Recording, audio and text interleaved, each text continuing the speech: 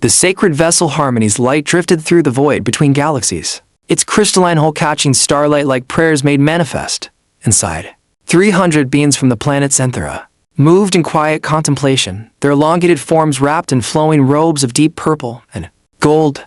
They had journeyed for 7 rotations of their homeworld's twin suns, following ancient star maps toward the legendary nexus of understanding, where countless species have found spiritual awakening. Across millennia, Elder Calith stood at the observation deck, his 6-fingered hands pressed against the transparent aluminum barrier. His silver eyes, larger than human proportions would suggest natural, reflected the cosmos beyond with an inner light that spoke of decades spent in meditation. Behind him, younger pilgrims moved in synchronized breathing exercises, their movements creating patterns that seemed to dance with the rhythm of distant pulsars. Elder, came a soft voice. Mirren, barely past her coming of age, approached with the careful steps of one still new to the ways of deep space travel. Her lavender-tinted skin bore the ceremonial markings of a seeker, intricate spirals that wound from her temples to her collarbones. The Navigation Council reports we are 3 cycles from the Nexus coordinates. Calith's expression remained serene, though something flickered behind his eyes. 3 cycles, he repeated, the words carrying weight beyond their simple meaning. And have our scouts detected any other pilgrims in the region? Mirren hesitated. There are unusual energy signatures ahead, Elder. Not from any known pilgrimage vessels. The Nexus of Understanding occupied a unique position in galactic space, situated at the gravitational balance point between 3 ancient star systems. Legend held that this location had been discovered by the first spacefaring species, billions of years ago, who recognized its extraordinary properties. Here, the fabric of space-time created natural phenomena that enhanced meditation and spiritual insight. Electromagnetic fields interacted in ways that seemed to resonate with consciousness itself, allowing beings to achieve states of enlightenment that were impossible elsewhere. For the Zentherans, this pilgrimage represented the culmination of a lifetime spiritual preparation. Each being aboard Harmonie's light had spent decades in study, contemplation, and purification rituals. They have fasted, meditated, and surrendered worldly attachments. Their families have blessed their journey with ceremonies that stretch back thousands of generations. This was not tourism or casual exploration. This was the most sacred act their culture recognized. Calith made his way to the ship's heart, where the collective consciousness chamber housed their most precious artifacts. Ancient texts written on crystallized thought matter lined the walls, their contents shifting and evolving as readers approached with different levels of understanding. In the center, a sphere of pure harmonic resonance hummed with frequencies that had guided their ancestors for eons. As he entered, the other elders were already gathered. Vethin, whose advanced age had rendered her nearly translucent, spoke without opening her mouth, her words appearing directly in the minds of those present. The disturbance grows stronger. Our meditation circles are being disrupted by vibrations from the Nexus region. What manner of vibrations?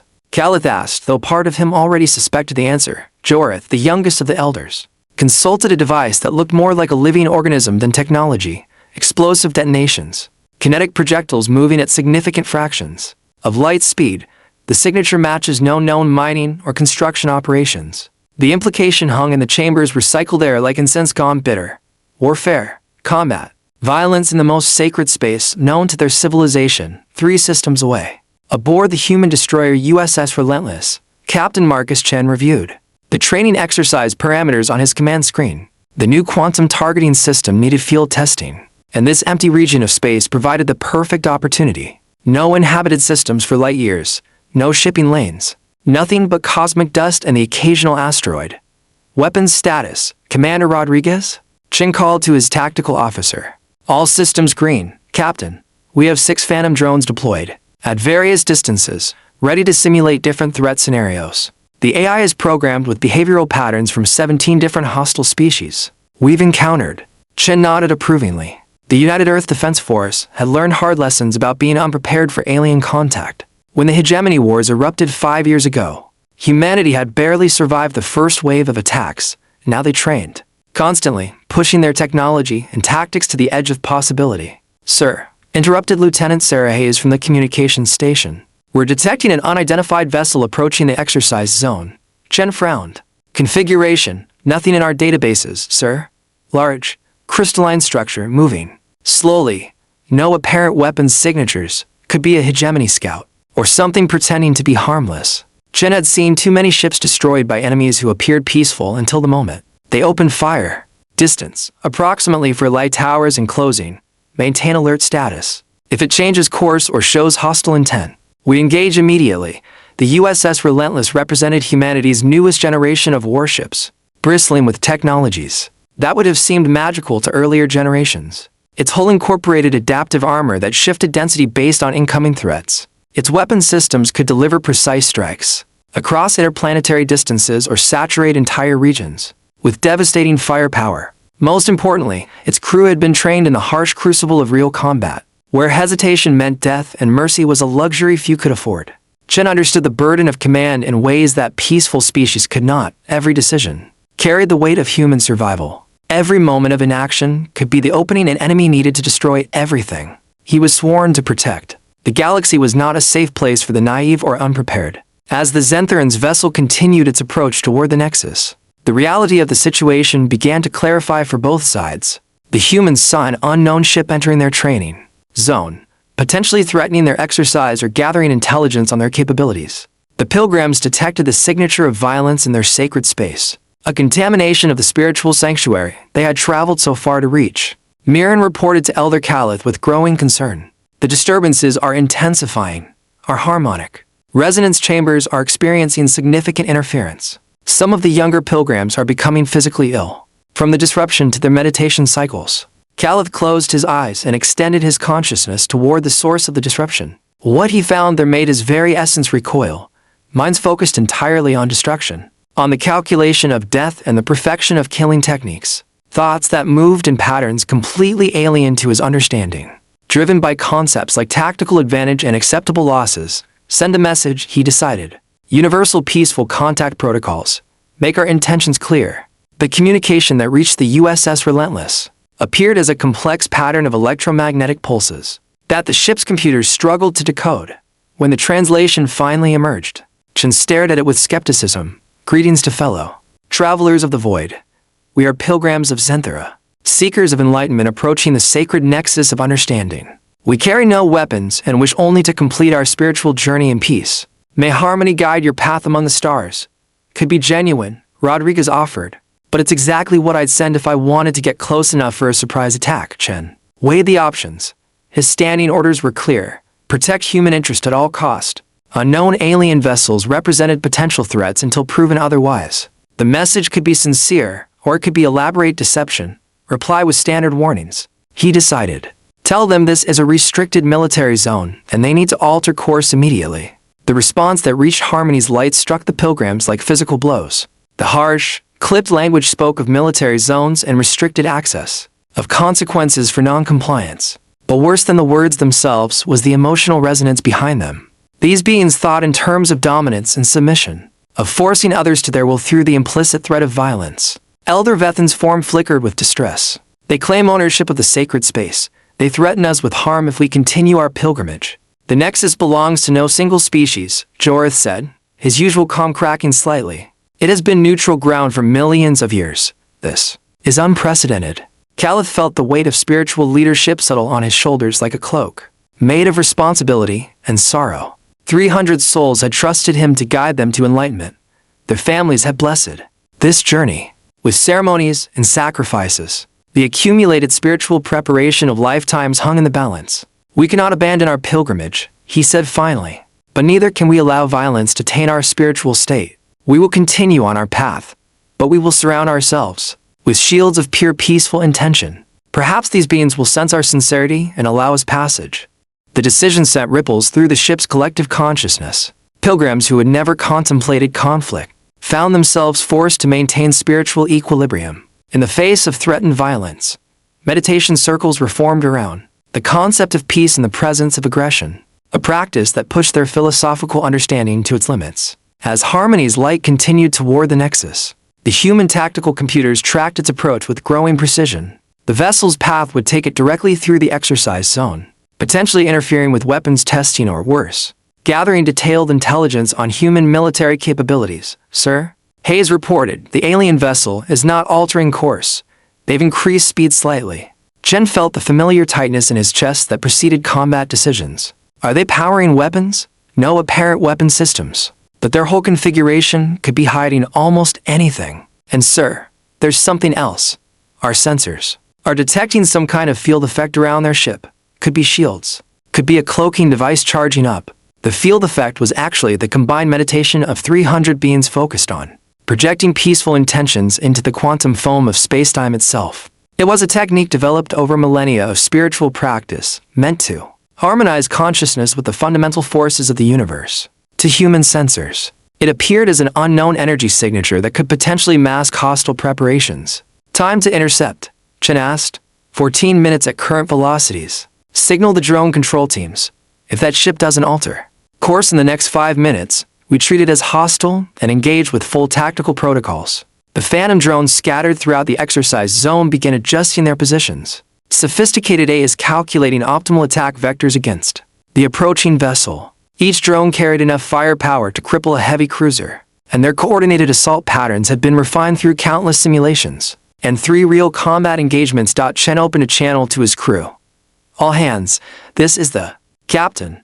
We have an unidentified alien vessel approaching our position. They have ignored orders to alter course and may be preparing to attack. We are implementing full combat readiness. Remember your training, trust your equipment, and watch out for each other. The transformation of the Relentless from training mode to combat readiness was like watching a sleeping predator wake up. Blast shields sealed over viewports. Armor plating shifted to optimal defensive configurations. The ship's AI began running continuous threat assessments, calculating firing solutions and evasive maneuvers with microsecond precision. In the Quantum Targeting Center, Specialist Emma Thompson ran final checks on the experimental weapon system. The Quantum Entanglement Targeting Array could lock onto targets across interplanetary distances and deliver kinetic strikes with unprecedented accuracy. This was supposed to be its first live fire test, but against Phantom drones, not an actual alien vessel. Mom, her assistant, Corporal Williams, said quietly. The targeting computer has acquired the alien ship. It's asking for engagement authorization. Thompson felt a chill of uncertainty. The vessel showed no hostile characteristics beyond its refusal to alter course, but in the harsh calculus of military engagement, intention mattered less than capability. An enemy didn't have to seem dangerous to be dangerous. Aboard Harmonie's light, the pilgrims felt the weight of focused hostile attention, like a physical pressure against their consciousness. Those sensitive to psychic emanations began experiencing symptoms similar to severe anxiety attacks. The ship's Harmonie chambers filled with beings struggling to maintain their spiritual equilibrium in the face of such concentrated malevolent intent. Young Mirren approached Elder Calith with tears streaming down her lavender cheeks. Elder, I cannot maintain my meditative state. The anger and fear from those minds is like acid on my consciousness. How can such beings exist? How can they think so constantly of harm and destruction? Calith placed a gentle hand on her shoulder. Though his own spiritual balance was being tested beyond anything he had experienced into centuries of life, they are afraid. Child, their thoughts are shaped by fear, and fear makes all beings capable of great cruelty. We must not judge them, but neither can we allow their fear to corrupt our purpose. But Elder, they wish to harm us. Our sensors detect weapon systems charging, targeting computers locked onto our position. How can we maintain peace in our hearts when death approaches so directly? It was the eternal question that had challenged spiritual seekers across countless worlds and species. How do you remain enlightened in the face of violence? How do you maintain compassion for those who would destroy you? The Zentherans have philosophical frameworks for these questions, but philosophy felt thin when confronted with the reality of imminent combat. We hold to our truth, Calith said, though his voice carried the strain of maintaining conviction under pressure. We came here seeking enlightenment, not to avoid challenges, but to transcend them. If we abandon our principles now, we abandon everything our journey was meant to achieve. The 5-minute deadline passed. Captain Chen stared at his tactical display, watching the alien vessel continue its inexorable approach toward the Nexus. Every instinct developed through years of combat experience screamed that this was a threat that needed to be eliminated before it could act. Sir, Rodriguez reported. All weapons systems are hot. Drones are in optimal attack positions. We can disable that ship in under 30 seconds if you give the order. Chen's finger hovered over the engagement authorization. Everything in his training, everything in his experience, everything in his duty to protect humanity pointed toward the same conclusion. Strike first. Ask questions later. Dead enemies couldn't surprise you, but something held him back. Maybe it was the peaceful tone of their initial message. Maybe it was the complete absence of visible weapons on their vessel. Maybe it was just intuition born from too many years staring into the abyss of interstellar warfare. Helm, put us on an intercept course. We'll close to visual range and make our intentions absolutely clear. Maybe they don't understand the concept of military exclusion zones. The relentless changed course, its massive bulk accelerating with surprising grace toward the alien pilgrimage ship. On the human vessel, every crew member felt the tension of approaching potential combat. On the Zenthuran's ship, every pilgrim felt the approach of minds absolutely focused on the possibility of dealing death. As the two vessels closed distance, the fundamental incompatibility of their worldviews became increasingly apparent. The humans saw an unidentified vessel of unknown capabilities refusing lawful orders in a restricted area. The Zenthrans saw aggressive beings contaminating sacred space, with the psychic resonance of violence and domination. At a distance of 1 light minute, both ships could see each other clearly through their respective sensor rays. The humans observed a vessel that seemed more grown than built, its crystalline structure reflecting starlight in patterns that suggested organic development, rather than industrial manufacture. The Zenthrans perceived a ship that radiated purposeful menace, every line of its design optimized for the delivery of destruction. Captain Hayes called from communications. We're receiving another transmission from the alien vessel. Let's hear it. The translated message filled the bridge with its desperate sincerity. Noble warriors of the void, we perceive your strength and your vigilance. We ask not for your trust, for we understand that trust must be earned. We ask only for understanding. We are pilgrims, seekers of wisdom, approaching a place sacred to our people for millions of your years. We carry no weapons because we have no knowledge of weapons. We seek no conflict because conflict is antithetical to our purpose. If our presence causes you distress, we will alter our approach. But we beg you not to force us to abandon our spiritual journey entirely. The message hit the bridge crew with unexpected emotional weight. Even through the universal translator's mechanical delivery, the sincerity and desperation were unmistakable. These beings were genuinely terrified, genuinely peaceful, and genuinely committed to something they considered more important than their own lives. Rodriguez shifted uncomfortably at his station. Sir, if they're telling the truth, we're essentially bullying pilgrims. And if they're lying, we're about to get ambushed by hostiles who've perfectly manipulated our emotional responses. Chen replied, but his voice lacked its earlier certainty. Lieutenant Hayes looked up from her console. Sir, I'm running deep scans on their vessel. The energy signatures we detected earlier, they're not shields or weapons. I don't know how to describe this. They're like focused meditation, but on a massive scale. Whatever these beings are doing over there, it's unlike anything in our databases. The revelation sent ripples of uncertainty through the human crew. They had trained for countless scenarios involving deception, hidden weapons, and surprise attacks. They had not trained for the possibility of encountering beings whose most powerful technology was focused inward rather than outward. On Harmonie's light, the pilgrims struggled with their own crisis of understanding. Their passive sensors provided detailed information about the human vessel's capabilities, and the scope of its destructive potential was staggering. These beings had developed technologies specifically designed to end life on an industrial scale. Their ship could presumably destroy entire planets, yet they used this godlike power to threaten peaceful travelers. Elder Vethin's form had become so translucent that she was barely visible. I cannot comprehend their purpose, she transmitted to the other elders. They possess the power of gods, yet they use it to inspire fear rather than create beauty. What manner of evolution produces such beings? Perhaps, Jorah suggested, their evolution was shaped by different pressures than ours. We developed consciousness in the harmony of our world's twin suns, where cooperation and mutual understanding were necessary for survival. What if they evolved under conditions where violence was necessary? What if their entire civilization was forged in the crucible of constant warfare? The insight struck the assembled elders. With the force of revelation, they had encountered aggressive species before, but never ones with such sophisticated technology combined with such primitive emotional development. These humans were like children who had found weapons designed for adults, dangerous not through malice but through fundamental misunderstanding of power's proper use. If that is true, Calith said slowly, then they are not evil. They are simply young, spiritually young, regardless of their technological advancement. The realization should have brought comfort, but instead it brought greater concern. Young beings with overwhelming power were perhaps more dangerous than deliberately malevolent ones. Their actions would be unpredictable, driven by fear and misunderstanding rather than calculated malice. As the two ships continued their approach toward the Nexus, the space between them filled with invisible tensions that neither side fully understood. The humans interpreted the Zenthuran's continued movement as potential aggression or, at best, stubborn defiance of legitimate authority. The Zentherans felt the weight of the humans' hostile attention like spiritual pollution, making their essential practices increasingly difficult to maintain. Captain Chen made a decision that would echo through both civilizations' histories. Open a channel, full visual if possible, the connection established slowly, with both sides' computers working to establish compatible communication protocols. When the link finally stabilized, the crews of both vessels found themselves staring at beings they had never imagined. The humans saw creatures that seemed to embody serenity itself. The Zentherans' elongated forms and oversized eyes gave them an ethereal quality that spoke of deep contemplation and inner peace. Their clothing and surroundings suggested a culture focused on beauty, harmony, and spiritual development.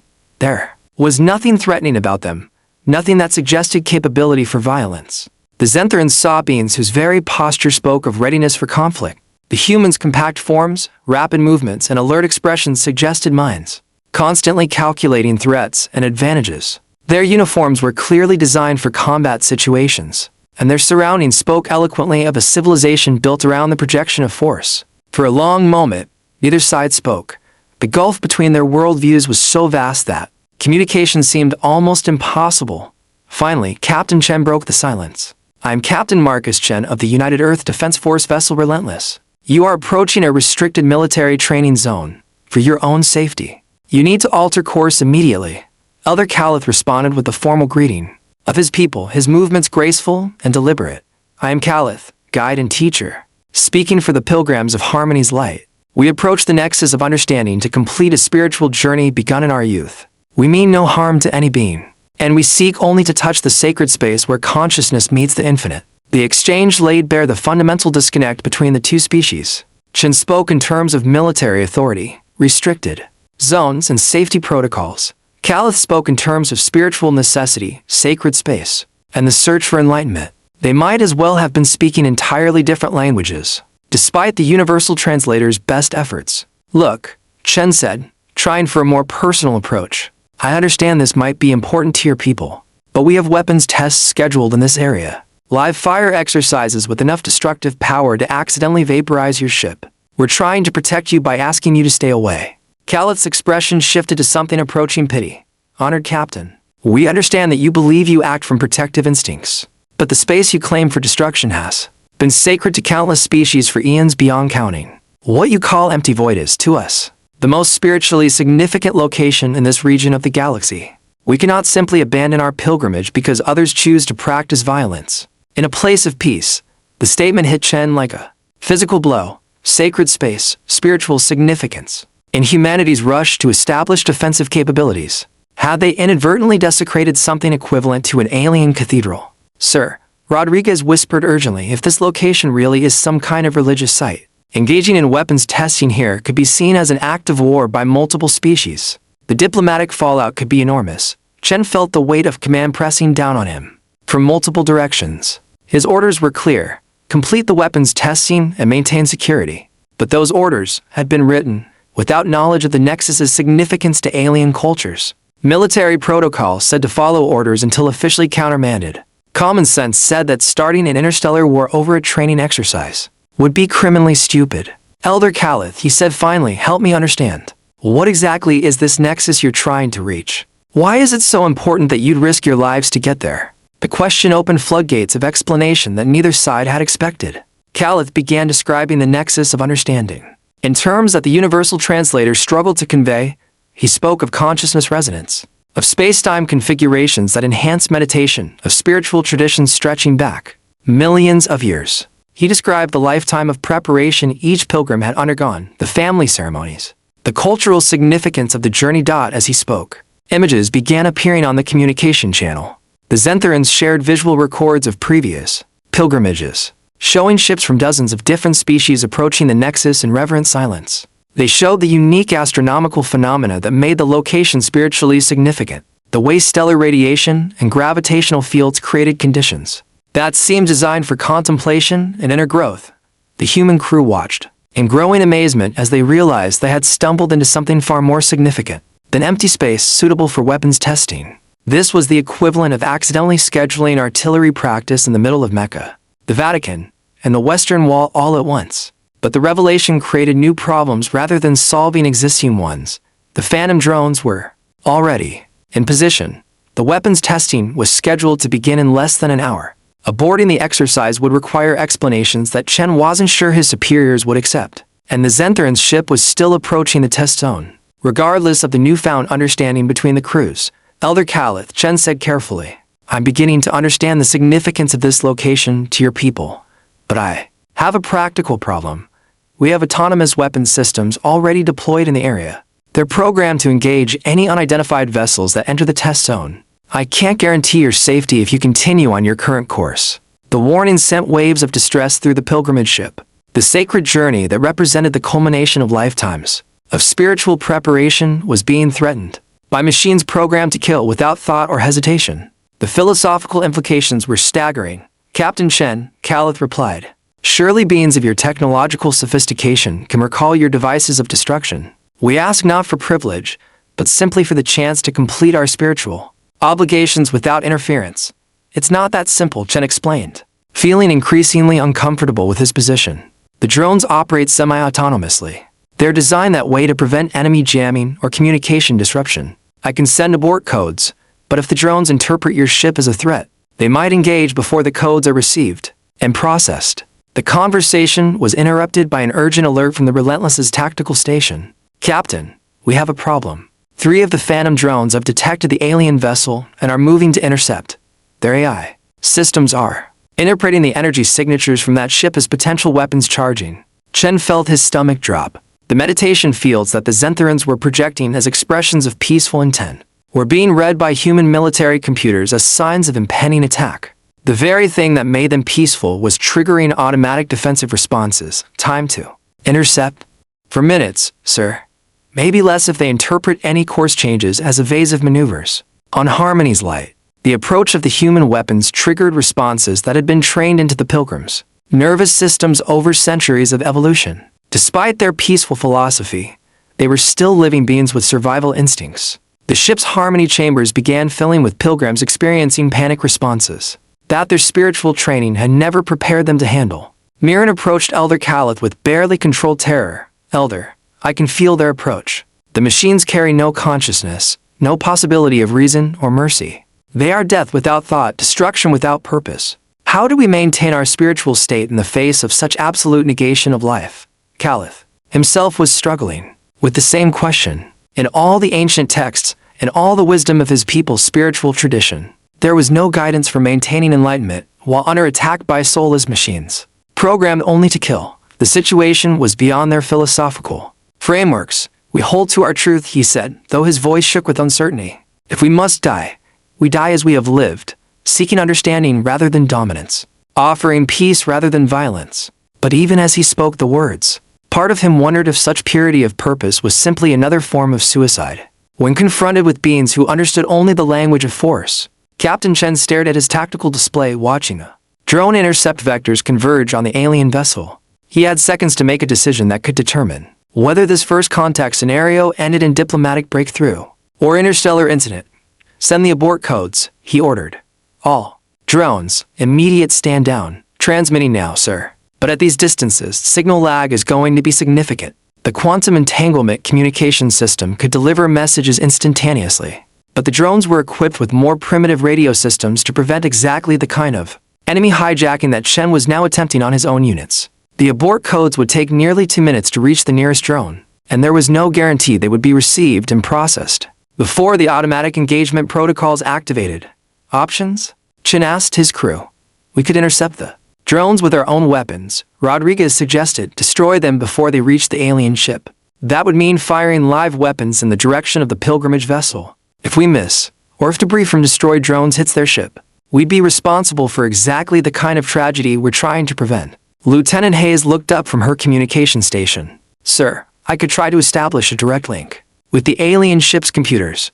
If their technology is compatible, maybe we could coordinate evasive maneuvers." It was a desperate plan, but Chen couldn't see alternatives that didn't involve either abandoning the pilgrims to face automated weapons or potentially causing an incident through aggressive action. "Do it, and get me a channel to Admiral Morrison at Fleet Command. She needs to know what's happening out here." The next 90 seconds stretched like hours. As both crews watched the drone's close distance with Harmonie's light, The Zentherans maintained their meditation practices even as death approached. Their collective consciousness focused on projecting peace and understanding into the quantum foam. The humans worked frantically to establish compatible communication protocols that might allow for coordinated defensive maneuvers. At 60 seconds to intercept, the first abort code reached its intended target. The lead drone's combat AI received the stand-down order and began processing it through multiple verification layers designed to prevent enemy spoofing. The process would take 47 seconds to complete. At 45 seconds to intercept, Lieutenant Hayes succeeded in establishing a basic data link with the Zentherans' navigation system. The connection was crude and limited, but it allowed for the transmission of vector calculations and thrust recommendations. Elder Calith, she called through the communication channel, "We're sending you navigation data. If you can adjust your course by 15 degrees starboard and increase velocity by 12%, you might be able to avoid the intercept entirely." But the request asked the pilgrims to do something that went against their deepest convictions. Evasive maneuvers implied treating the situation as combat, acknowledging the drones as enemies to be avoided rather than misguided entities to be understood. More practically, the suggested course change would take them away from the Nexus, potentially forcing them to abandon their pilgrimage entirely. Calith faced the most difficult decision of his long life: maintain spiritual purity, then likely die, along with 300 innocent pilgrims, or compromise their beliefs to survive and continue their journey. Execute the maneuvers, he decided. Wisdom includes knowing when survival serves higher purposes than martyrdom. Harmonie's light began changing course, its crystalline hull shimmering as exotic matter engines adjusted their output. The ship moved with surprising grace for something so large, but the course correction came almost too late. At 20 seconds to intercept, the lead drone's abort code finished processing, and the autonomous weapon powered down its targeting systems. But the second and third drones were still approaching on attack vectors, their own abort code still working through verification protocols. At 15 seconds, the Zentherans' evasive maneuver took them outside the engagement envelope of the second drone, but the third unit adjusted its approach angle to compensate. Its AI had calculated that the course change confirmed hostile intent and increased the threat priority accordingly. At 10 seconds, Captain Chen made a decision that violated standing orders and potentially ended his military career. Emergency.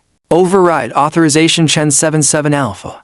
All drones. Immediate weapons powered down regardless of verification status. The command bypassed normal safety protocols and sent an emergency shutdown signal that the drones were programmed to obey without question. It was a code reserved for situations where continued autonomous operation posed unacceptable risks to friendly forces. At 5 seconds, the third drone received the emergency shutdown and powered down its weapon systems.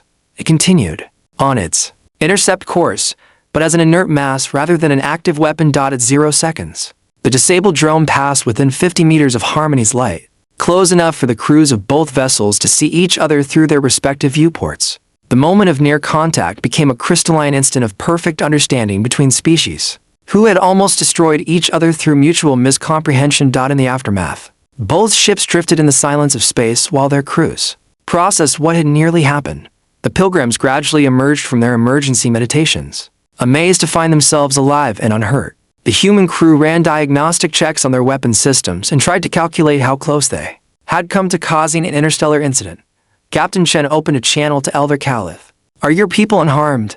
"We are physically uninjured," Calith replied, though his voice carried new depths of understanding. "But we are all changed by this encounter. We have seen the face of fear made manifest in machines of destruction, and we have seen the possibility of wisdom overcoming that fear." "I owe you an apology," Chen said, "and probably an explanation. My people, we've been at war for most of our recent history. We've learned to see threats everywhere, sometimes even where none exist. We almost let that fear destroy something beautiful." The exchange opened a dialogue that continued for hours as both crews shared their histories, their cultures, their understanding of the universe, and their place within it. The humans learned about the Zentherans' long tradition of spiritual seeking, their complex philosophical frameworks, their commitment to growth and understanding. The Zentherans learned about humanity's brutal path to the stars, their struggles against hostile alien empires, their desperate fight for survival in a galaxy that often seemed determined to destroy them. Gradually, a new understanding emerged. The humans were not innately violent or evil. They were traumatized survivors of conflicts that had shaped their entire civilization around offensive paranoia. The Zentherans were not naive or helpless. They represented a different path of development, one where spiritual growth had been pursued with the same dedication that humans brought to military advancement, Captain Chen. Caliph said as their dialogue wound toward conclusion. Would your people be willing to witness our pilgrimage? Not as guards or protectors, but as students, perhaps. We have much to learn from each other. Chen considered the request carefully. His orders had been to complete weapons testing. But the discovery of the Nexus's significance changed everything. More importantly, the opportunity to establish genuine diplomatic contact with a peaceful alien civilization could be worth more than any number of successful weapons tests. I'll need to contact my superiors, he said finally. But yes, I think we'd be honored to observe your ceremonies. Maybe it's time humanity learned something about finding peace instead of just preparing for war. The decision to allow the pilgrimage to continue, while the Relentless remained as an observer, transformed both crews in ways neither had anticipated. As Harmonie's light approached the Nexus, the human crew began to understand what the Zenthrans had traveled so far to experience. The Nexus itself was unlike anything in human scientific understanding. The intersection of gravitational fields and electromagnetic radiation created phenomena that seemed to respond to consciousness itself. Meditation became easier, more profound, more connected to the fundamental structures of reality. Even the humans, trained in the harsh disciplines of military service, found themselves drawn into states of contemplation and inner quiet. Lieutenant Hayes, monitoring the Zenthrans' activities through their sensor rays, reported experiences that challenged everything she thought she knew about the nature of consciousness. Captain, the meditation practices are creating measurable effects on local spacetime. It's as if thought itself is interacting with the fabric of reality. The pilgrimage ceremonies lasted for 3 days, during which the Zenthrans performed rituals that had been refined over millions of years. Each ceremony built upon the previous one, creating layers of meaning and understanding that seemed to resonate through the quantum foam itself. On the first day, the pilgrims engaged in what they called the contemplation of origins, meditating on the fundamental questions of existence. While surrounded by the Nexus's unique energy patterns, human sensors detected changes in brainwave patterns among their own crew, as if the Zenthrans' focused consciousness was creating ripple effects that touched every thinking being in the area. Specialist Thompson, monitoring the quantum targeting systems, found herself experiencing moments of profound clarity about the nature of her work. For the first time in her military career, she questioned not just the technical aspects of her weapons, but their moral implications. Captain, she reported during a quiet moment, I've been designing systems to end life more efficiently, but watching these beings seek understanding makes me wonder if there might be better applications for quantum entanglement technology.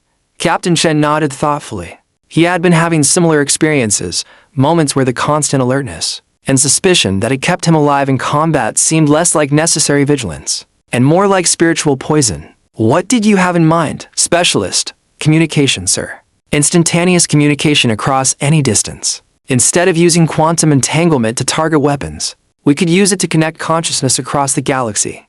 Imagine if we could speak with other species the way the Zenthrans speak with each other. Mind to mind without the barriers of language or cultural misunderstanding. The idea sent ripples of excitement through the human crew.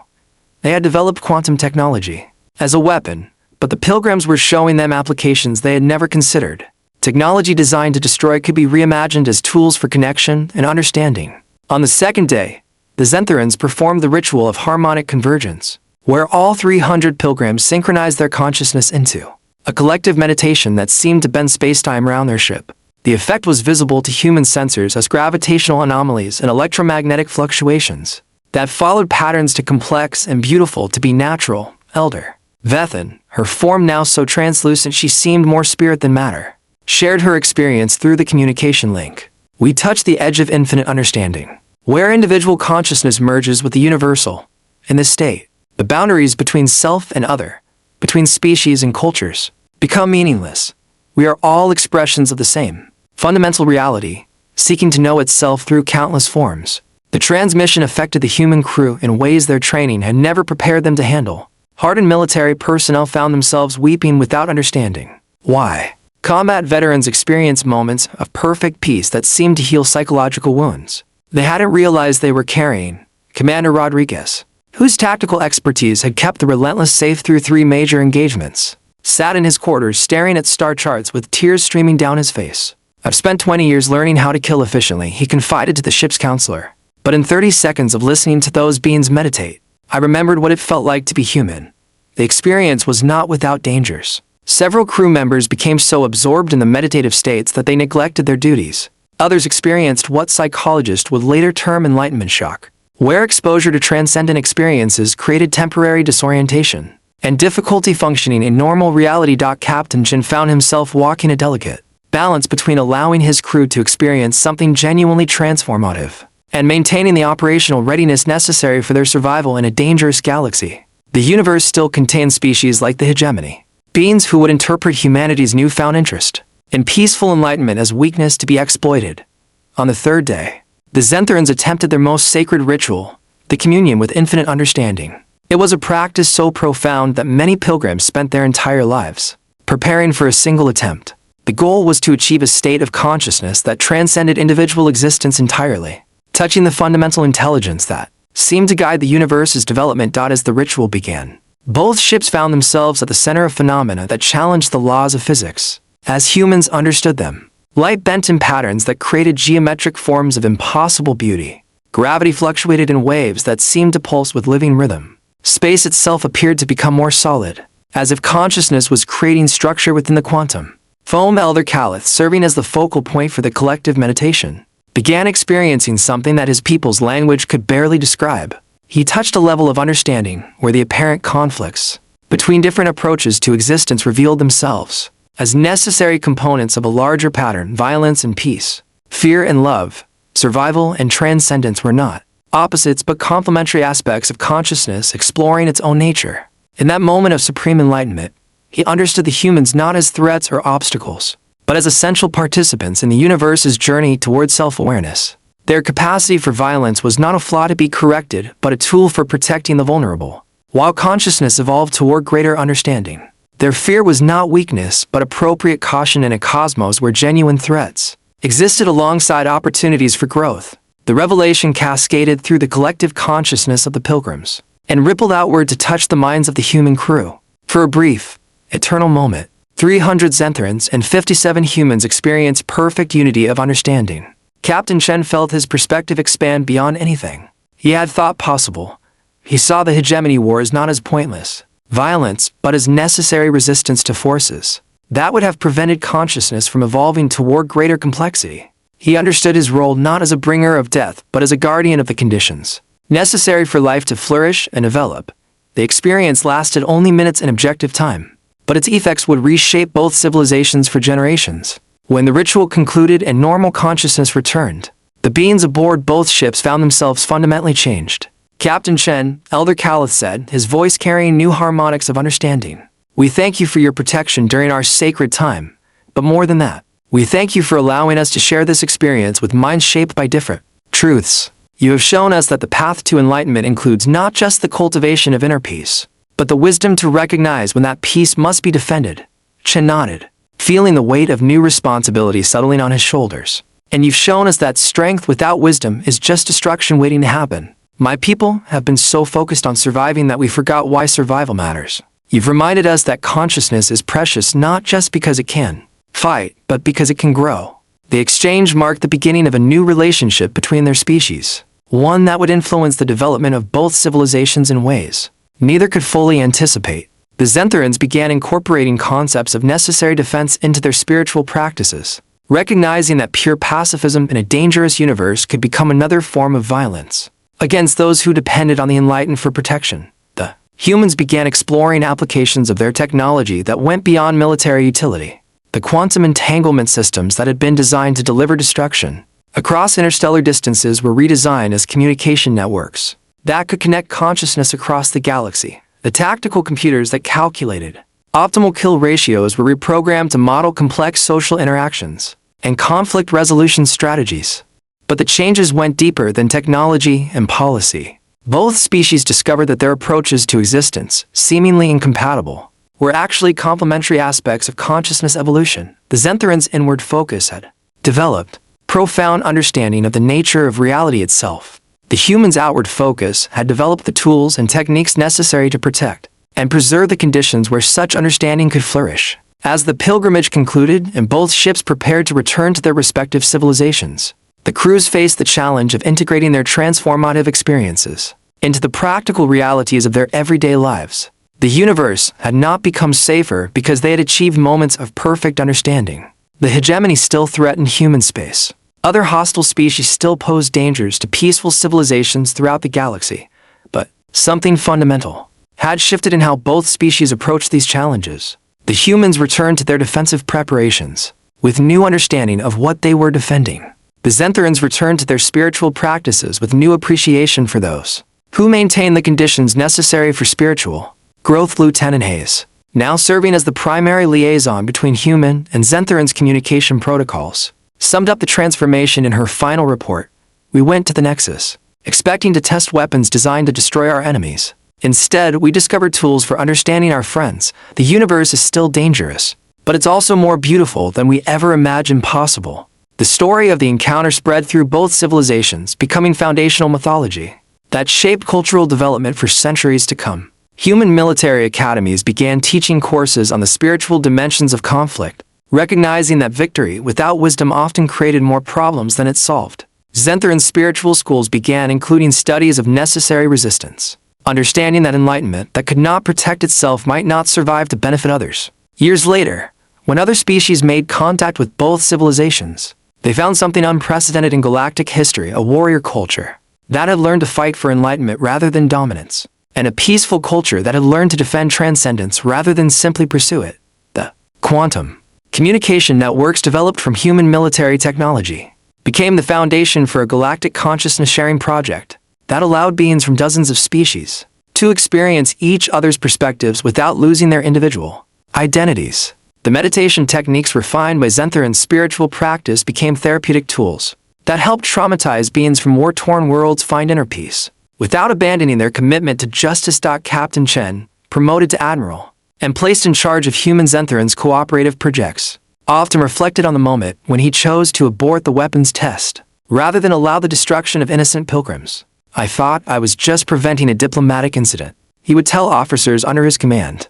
I didn't realize I was helping to birth a new kind of civilization. Elder Caliph, whose enlightenment at the Nexus had elevated him to the highest levels of Xantharan's spiritual hierarchy, established a new school of consciousness study that welcomed students from all species. We sought individual enlightenment. He would teach his diverse classes, but we discovered that true wisdom is always collective. Understanding grows when different perspectives learn to see through each other's eyes.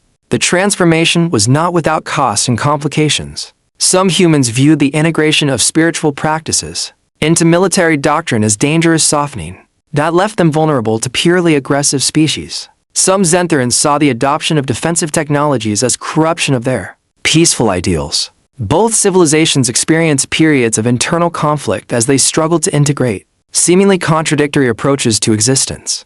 But the benefits far outweighed the challenges the quantum consciousness networks prevented. Dozens of wars by allowing potential opponents to experience each other's fears and motivations directly. The spiritually informed military doctrine, developed by human Xantharan's cooperation, proved remarkably effective at neutralizing genuine threats while avoiding unnecessary violence. Most importantly, the encounter at the Nexus demonstrated that consciousness evolution could take multiple paths simultaneously. The universe was vast enough and complex enough to support both the inward journey toward enlightenment and the outward journey toward protective capability. Neither path was complete without the other. The phantom drones that had nearly destroyed the pilgrimage ship were eventually decommissioned and their quantum targeting systems converted into the core components of the first galaxy-spanning communication network. The weapons designed to end life became tools for connecting consciousness across impossible distances. Harmonie's light completed hundreds of additional pilgrimages to the Nexus, often accompanied by ships from other species seeking their own paths to understanding. Each journey added new layers of meaning to the sacred space, creating a growing repository of collective wisdom that benefited all conscious beings. The USS Relentless was transformed into a mobile platform for consciousness research, its military capabilities retained but supplemented with laboratories and meditation chambers, where beings from different species could explore the nature of awareness itself. Its crew became pioneers in a new field that combined the precision of military discipline with the depth of spiritual practice. The story became more than history. It became a template for how different approaches to existence could learn from each other rather than compete for dominance. When other species achieved space flight and made contact with the galactic community, they found not a collection of isolated civilizations pursuing conflicting goals, but a growing network of consciousness expanding entities sharing their discoveries and supporting each other's growth. In the end, the pilgrims found their enlightenment not in isolation at the sacred nexus, but in connection with beings whose path had seemed completely incompatible with their own. The warriors found their victory not in the destruction of enemies, but in the protection of wisdom and the creation of conditions where consciousness could flourish. The universe remained dangerous, filled with species and phenomena that could destroy unprepared civilizations in moments, but it also revealed itself as fundamentally supportive of consciousness evolution, providing challenges that forced growth and opportunities that rewarded understanding. The encounter that began with weapons targeting systems locked onto peaceful pilgrims ended with the birth of a new kind of galactic civilization, one that honored both the quest for inner understanding and the necessity of outer protection. It was a civilization built on the recognition that consciousness was precious, not because it was rare, but because it was the universe's way of coming to know itself. And in the quantum foam that underlies all reality, where the meditations of enlightened beings create ripples that touch every corner of existence, the story continues to unfold. Each being who chooses understanding over fear, each civilization that learns to protect wisdom rather than hoard power, each moment when different forms of consciousness recognize their fundamental unity adds new chapters to a story that has no ending because consciousness itself has no limits. The pilgrims sought enlightenment and found it in the most unexpected place, in learning that even beings who brought weapons to sacred spaces could become partners in the universe's journey towards self-awareness. The warriors sought to test their destructive capabilities and discovered instead the tools for building connections that transcended all previous limitations. Both discoveries were necessary, both were true, and both were aspects of a larger truth that consciousness explores through every form it takes, from the most peaceful seeker to the most dedicated protector, all serving the same ultimate purpose: the universe coming to know itself through eyes of infinite wonder and infinite possibility.